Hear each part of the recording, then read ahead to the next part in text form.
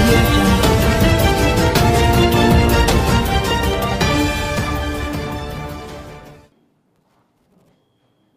దశాబ్ద కాలంగా అటు యూపీఏ ప్రభుత్వం చేసింది కానీ రాష్ట్ర విభజన కానీ ఆ తర్వాత తదుపరి వచ్చిన ఎన్డీఏ కానీ వీళ్ళు చేస్తున్న చూస్తే నమ్మశక్యంగా లేవు. వాళ్ళే ప్రభుత్వాల్లో ఉండి వాళ్ళే విక్టిమ్స్లా మాట్లాడతారు. ఇలాంటిదే ఢిల్లీ ముఖ్యమంత్రిగా కేజ్రీవాల్ గారు ఉన్నప్పుడు ఆయన కేంద్ర ప్రభుత్వం కానీ అక్కడ లెఫ్టినెంట్ గవర్నర్ కానీ సహకారం ఇవ్వట్లేదు ప్రభుత్వం నడపడానికని ఆయన ప్రొటెస్ట్ చేసినప్పుడు ఆయన అందరూ అపహాస్యం చేశారు. అదే పరిస్థితి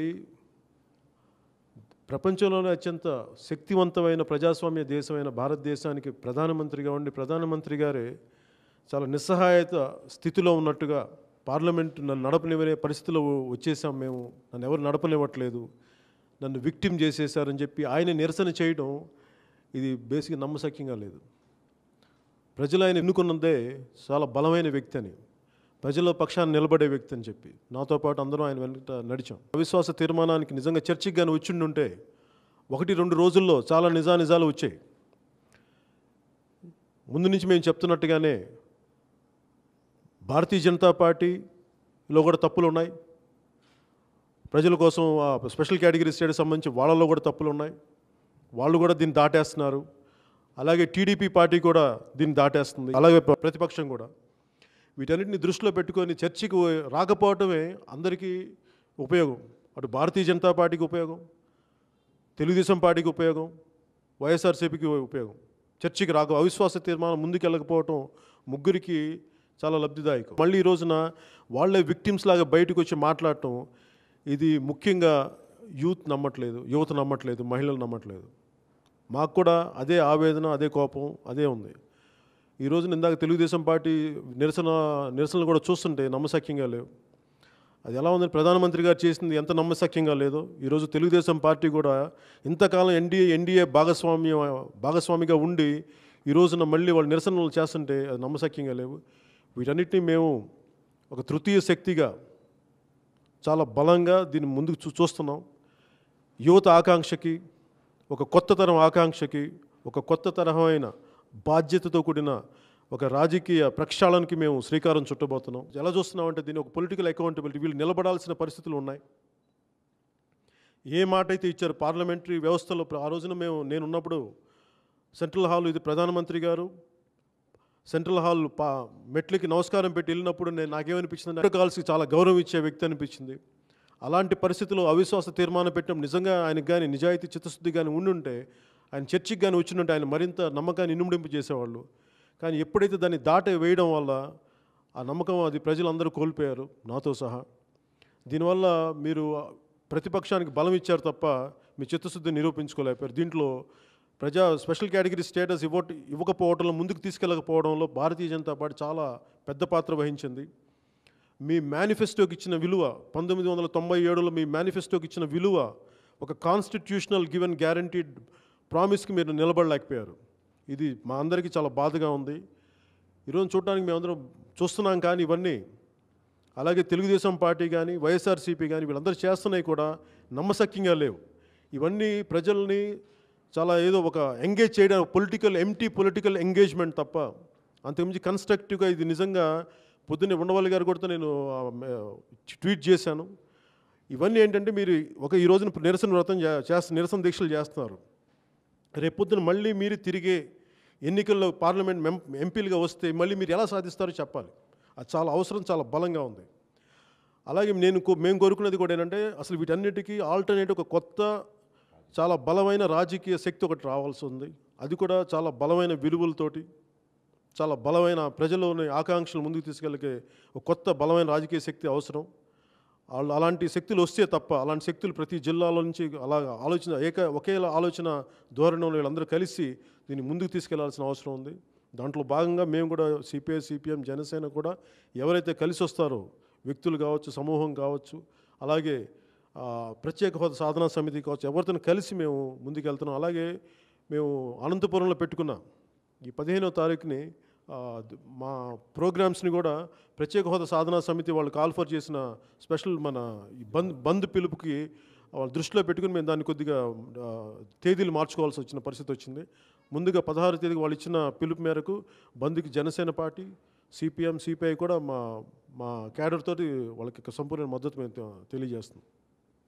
నరేంద్ర మోడీ ఈరోజు దేశవ్యాప్తంగా బీజేపీ శ్రేణులందరినీ దీక్షకు పూనుకోమని చెప్పి ప్రోత్సహిస్తాడు. ఆయన దీక్ష చేస్తూ బీజేపీ శ్రేణులంతా కూడా దేశవ్యాప్తంగా పార్లమెంటులో జరిగినటువంటి ప్రతిపక్షాల ఆందోళన మీద నిరసన తెలియజేసేటువంటి దీక్షకి బీజేపీ పిలుపునిచ్చింది. చాలా ఆశ్చర్యం కలుగుతూ ఉంది. ఎవరి మీద ఈ దీక్ష? ఇంతకుముందు ఢిల్లీ ముఖ్యమంత్రి ఆందోళన చేస్తే ఢిల్లీ ముఖ్యమంత్రిగా ఉన్నటువంటి వాళ్ళు ఆందోళన చేయకూడదని చెప్పి ఆక్షేపణ తెలియజేసిన ప్రధానమంత్రి ఈరోజు ప్రధానమంత్రే ఈ దీక్షకు పూనుకోవడం అంటే ఎవరి మీద ఈ దీక్ష? ప్రజల మీద యుద్ధమా ఇది? మేము ప్రశ్నిస్తా ఉన్నాం.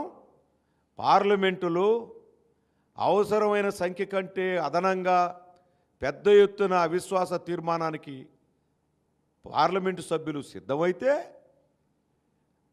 దాన్ని స్వీకరించకుండా మెజారిటీ ఉంది కదా పార్లమెంట్లో అని బుల్డోజ్ చేసి ఈరోజు ప్రజల్ని తప్పుపట్టేటువంటి, ప్రతిపక్షాలను తప్పుపెట్టేటువంటి కార్యక్రమానికి బీజేపీ పూనుకోవడం ఇది పచ్చి నిరంకుశమైనటువంటి చర్య తప్ప, ఇది హిట్లర్ని గుర్తు చేసేటువంటి చర్య తప్ప మరొకటి కాదు.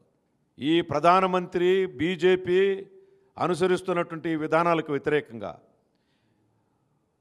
మన రాష్ట్రంలో ఉన్నటువంటి 5 కోట్ల మంది ప్రజానీకం 16వ తారీఖున రాష్ట్ర వ్యాప్తంగా బంద్ నిర్వహించి మండల స్థాయిలో, గ్రామ స్థాయిలో ప్రజలందరూ రోడ్డెక్కి ఈ బీజేపీ, దానికి వంతబాడిన తెలుగుదేశం ఇద్దరిని కూడా ముద్దాయిల్ని చేసి ప్రజాక్షేత్రంలో నిలబెట్టాలని చెప్పేసి మేము పిలుపునిస్తా ఉన్నాం.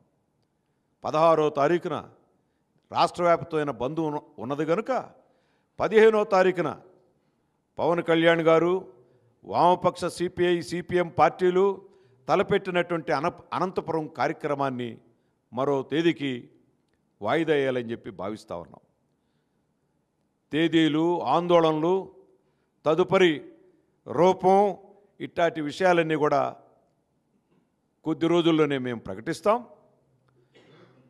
రాష్ట్ర వ్యాప్తంగా ఉధృతమైనటువంటి స్థాయిలో ఉద్యమాలు, ప్రత్యేక హోదా, విభజన హామీల అమలు డిమాండ్ల కోసం పెద్ద ఎత్తున ఆందోళన కార్యక్రమాలు చేపడతాం. రాష్ట్రంలో అటు బీజేపీ, ఇటు తెలుగుదేశం పూర్తిగా అడుగుజారిపోతున్న నేపథ్యంలో వీళ్ళ మీద ఎక్కుపెట్టి, బీజేపీ మీద ఎక్కుపెట్టి ఆందోళన చేయాల్సినటువంటి అవసరం ఎంతైనా ఉన్నది. దానికోసం అన్ని శక్తులు ముందుకు రావాలని చెప్పి మేము పిలుపునిస్తున్నాం. రాష్ట్రంలో 16వ తారీఖు కార్యక్రమాన్ని ఆంధ్రప్రదేశ్ ప్రత్యేక హోదా సాధన సమితి పిలిపించింది. దాన్ని వామపక్షాలు, జనసేన పార్టీ జయప్రదం చేయమని చెప్పేసి, దానికి మద్దతు ఇచ్చి జయప్రదం చేయమని చెప్పేసి పిలుపునిస్తున్నాం. ఈ పిలుపుని రైతులు, గ్రామాల్లో కూలీలు, వలసపోతున్నటువంటి కార్మికులు అందరూ కూడా ఏకోన్ముఖంగా ఈ బంద్ కార్యక్రమంలో పాల్గొని జయప్రదం చేయమని చెప్పి విజ్ఞప్తి చేస్తా ఉన్నాం. ఇవాళ జనసేన పార్టీ కార్యాలయంలో పవన్ కళ్యాణ్ గారితో సిపిఐ, సిపిఎం నాయకుల సమావేశం జరిగింది. ఈ సమావేశంలో ఇవాళ రాష్ట్రంలో నెలకొన్న రాజకీయ పరిస్థితులు, అదేవిధంగా కేంద్రంలో అధికారంలో ఉన్న నరేంద్ర మోడీ ప్రభుత్వం మన రాష్ట్రం పట్ల అనుసరిస్తున్న వైఖరి పైన లోతుగా చర్చించడం జరిగింది. ముఖ్యంగా విజయవాడ నగరంలో 3 పార్టీల ఆధ్వర్యంలో జరిగిన పాదయాత్ర కార్యక్రమంలో పాల్గొన్న వారందరికీ కూడా అభినందనలు తెలియజేస్తూ ఉన్నాం. అదేవిధంగా రాష్ట్ర వ్యాప్తంగా పాదయాత్రలు జరిగాయి. వారందరికీ కూడా 3 పార్టీల నాయకులకు, కార్యకర్తలకు కూడా అభినందనలు. ప్రత్యేకించి వాళ్ళ ప్రధాని నరేంద్ర మోడీ గారు మరోసారి నిరసన డ్రామాకు తెరలేపారు. ఆయన ఎవరిపైన నిరసన దీక్ష చేస్తూ ఉన్నారో భారతదేశ ప్రజలకు సమాధానం చెప్పాలని డిమాండ్ చేస్తూ ఉన్నాం.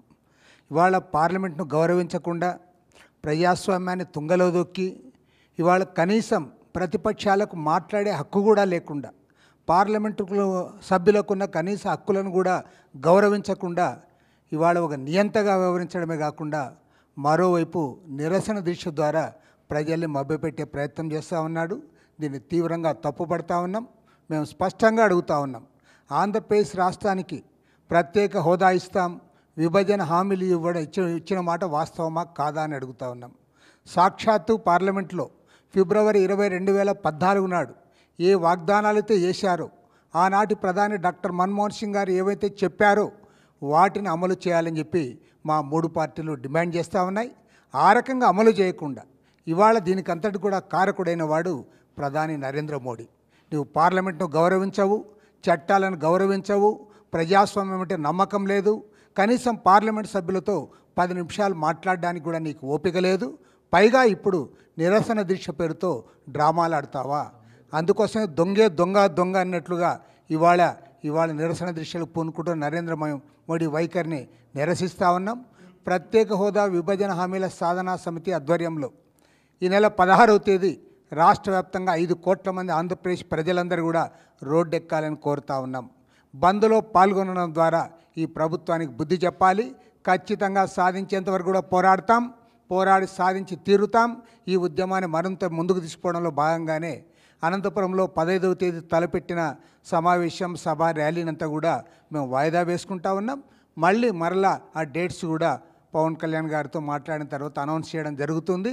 ఖచ్చితంగా ఉద్యమాన్ని ముందుకు తీసుకుపోతాం, సాధించేంత వరకు కూడా పోరాడతాం. ఆ రకంగా మేము ముందుకు పోయే క్రమంలోనే ఈ కార్యక్రమాలు ఉంటాయని మనవి చేస్తూ ఉన్నాం. ఏంటండి, వీడియో నచ్చిందా? అయితే ఓ లైక్ వేసుకోండి, లేదంటే ఓ కామెంట్ చేయండి. ఎప్పటికప్పుడు మా వీడియోస్ చూడాలంటే సబ్స్క్రైబ్ చేసుకోండి.